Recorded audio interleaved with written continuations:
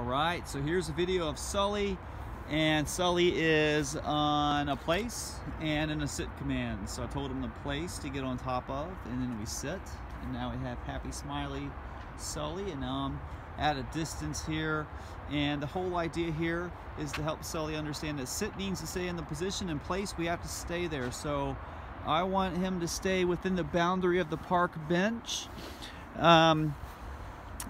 stay on task and attentive. Now, attention is what drives the success that we have with this, so it's important that we do maintain some amount of attention, but also we want to maintain a lot of the attention when distractions are present, because distractions will cause our dog to lose focus and forget they're supposed to be on task. So right now Sully's, oh, never mind, Sully's self-corrected there. When Sully looks away, I'm going to get the attention back. I'm simply going to remind him to sit. Simply going to remind him to sit. Sit. Good boy. Good boy. And then I give him the feedback right away. Good boy when he gets it right. We want to reinforce that attention, or reinforce the right response. There we go.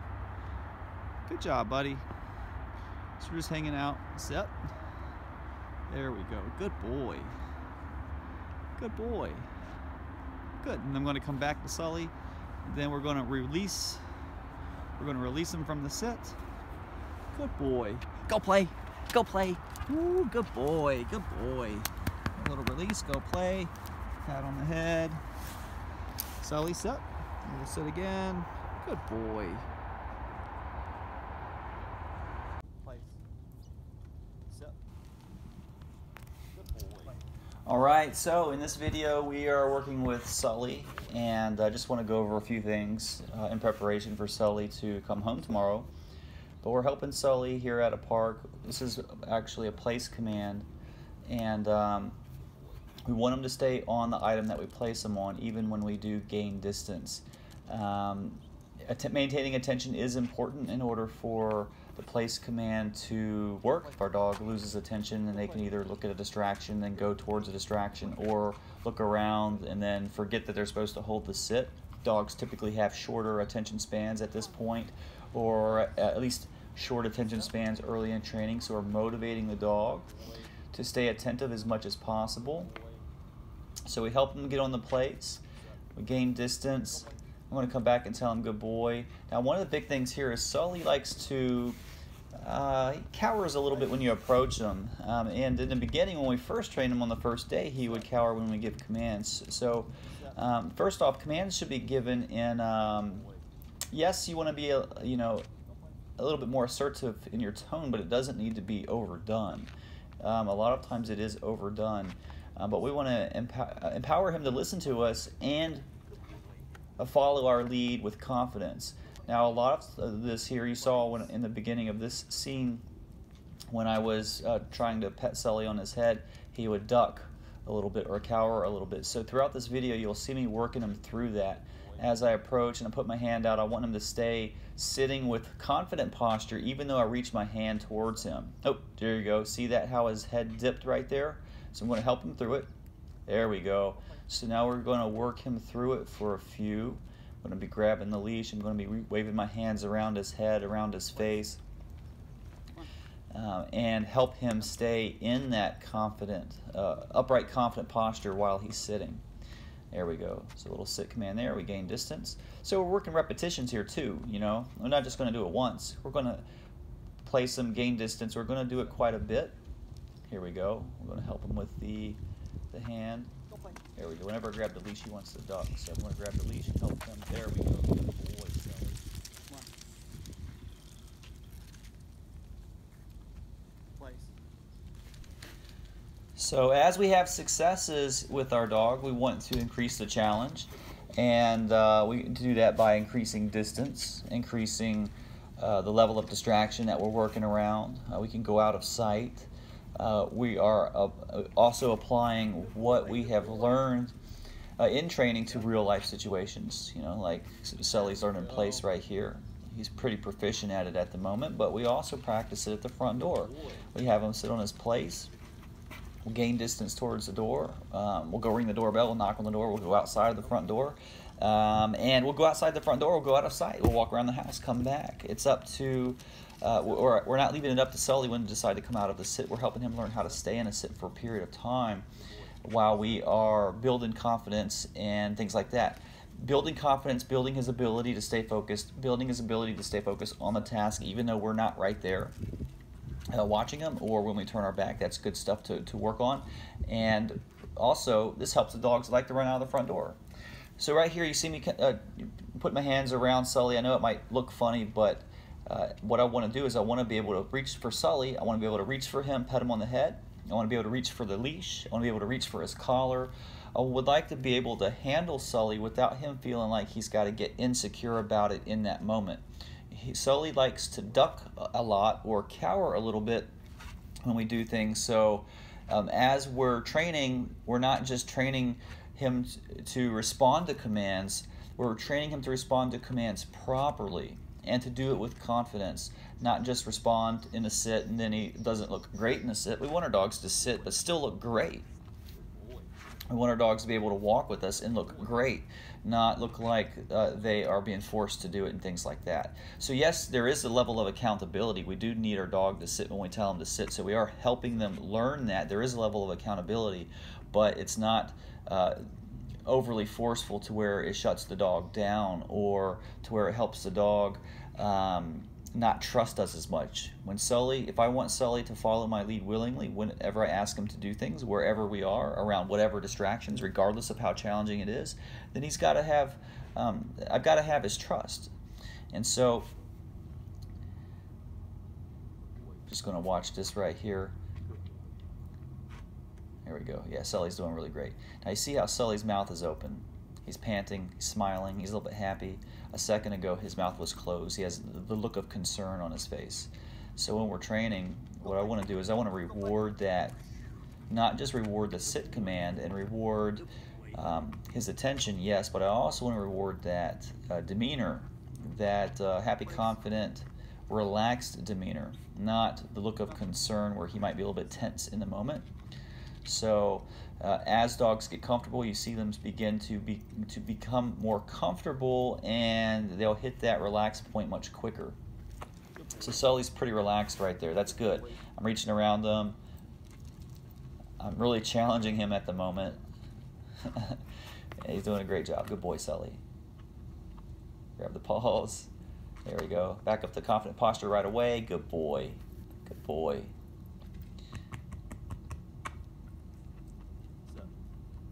There we go. Now see how Sully looked down at the leash when I grabbed it, and then I got him to look at me first, and then I released him with go play. Releasing him with go play is rewarding that eye contact right there in that moment. So when we do release, we are working on building an understanding of attention too. So if I'm going to release him, and that's also rewarding, then I'm going to practice attention as much as possible.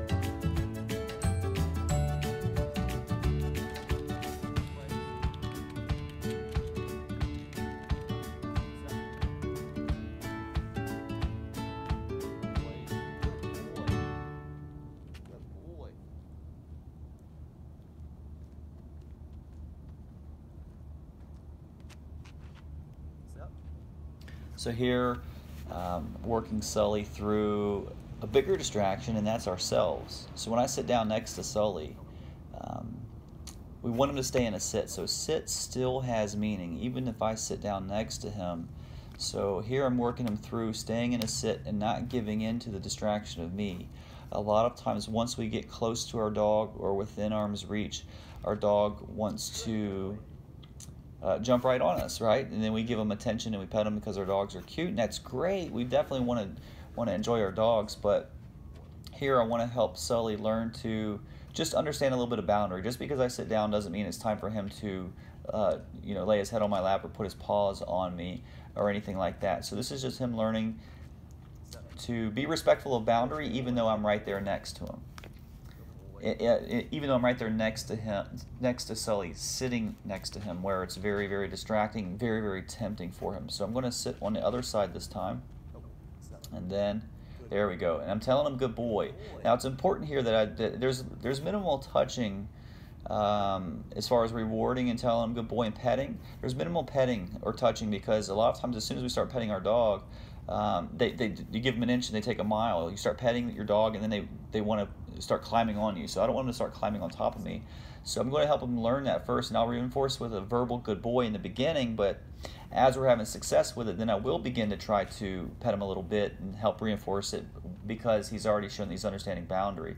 So me moving away quickly, it's also distraction. A lot of times we pet our dog and walk away. Our dog wants to follow us because they just got distracted by us petting them, and they want to follow us and get more attention. So here, still boundary still exists. So just because I pet Sully in a really excited way doesn't mean it's time for him to get up. And just because I pet him in a really excited way and run away from him, it's not time for him to get up. There's still boundary there. So it's a lot more challenging for dogs to practice this in the beginning, because as soon as we start bringing the excitement to them, they want to lose focus and get distracted. So there's people here at the park, and they're walking past from behind the camera, and so that's why Sully was trying to look over to the side there. So I'm trying to maintain his attention here, and you can see how he's a little bit concerned. He's not really as relaxed right here in this moment, and that's okay. Distraction shows up, his ears go back, he gets concerned. He's supposed to be focusing on me, but I'm not letting him worry about what the people are doing. So he's trying to mentally be in both places at once. But I'm still going to train him regardless. We're going to help him around the distractions, and that's what we've been doing. And that's important. So just because the people are there doesn't mean that anything changes. The place still means place, and sit still means to sit. There we go.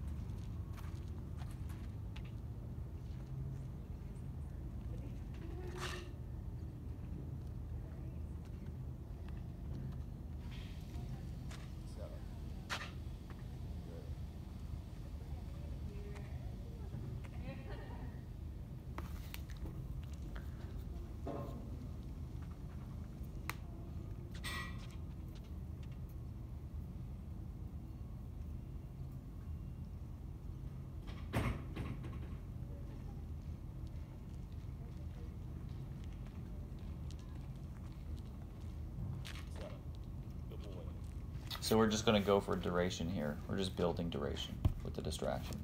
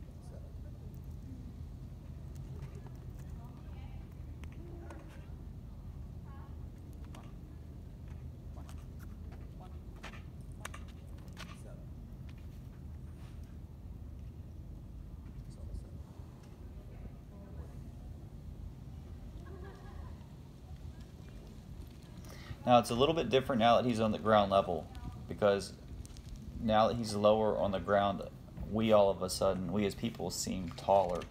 So now that we've had success with him on the place, I'm going to practice the same things or the same concept here while he's sitting on the flat ground, and help him maintain that confident posture, not the crouching lower posture where he tries to get lower but still hold the sit. We want him to keep, there you go. Now see how his mouth just opened, look of concern. Now he's much more relaxed. So you can see the difference there. And we definitely want to reinforce as much as possible the relaxed demeanor in our dog, not the tense demeanor. A lot of times people reward their dogs for responding to them, but they're also rewarding the things that the dog is also doing that we don't want. So it's important to be aware of what exactly it is we're reinforcing, because we're reinforcing everything in the moment when we do reinforce, whether it's with food or petting or praise or with toys and things like that.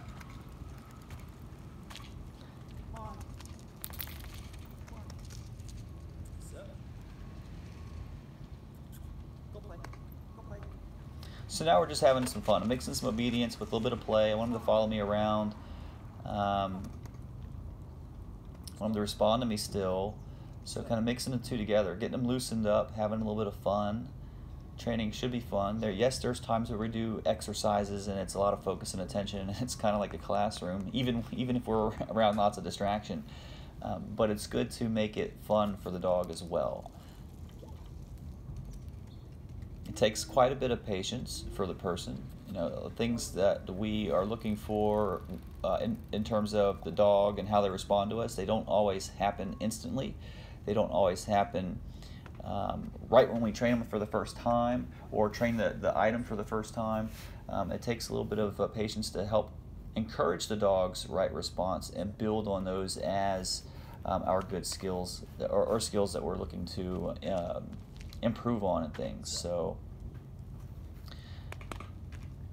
just practicing a few walking maneuvers, and you saw earlier there with the walking maneuvers, it's important that the dog knows how to maneuver with you, not just walk in a straight line, but how to turn right to the right, how to turn to the left.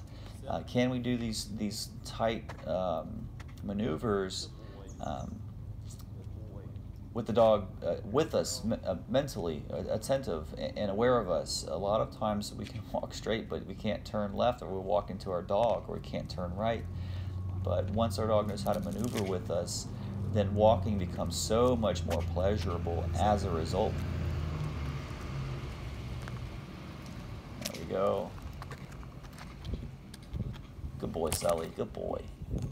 Hey Kelly, just want to let you know that it was a lot of fun training Sully. It was great to see his progress over the past couple weeks, and we look forward to teaching you in your drop-off lesson tomorrow, where we're going to help you learn what we want you to work on for the next week or so that you can have Sully begin to follow your lead the way he does with us, and also help you learn how to help Sully apply what he's learned with us in your situation, in your environment there, and wherever you take them. We are really looking forward to it. If any questions do come up, please don't hesitate to contact us. We're more than happy to help you at any stage along the way throughout the process here. So have a good night, and we'll see you tomorrow.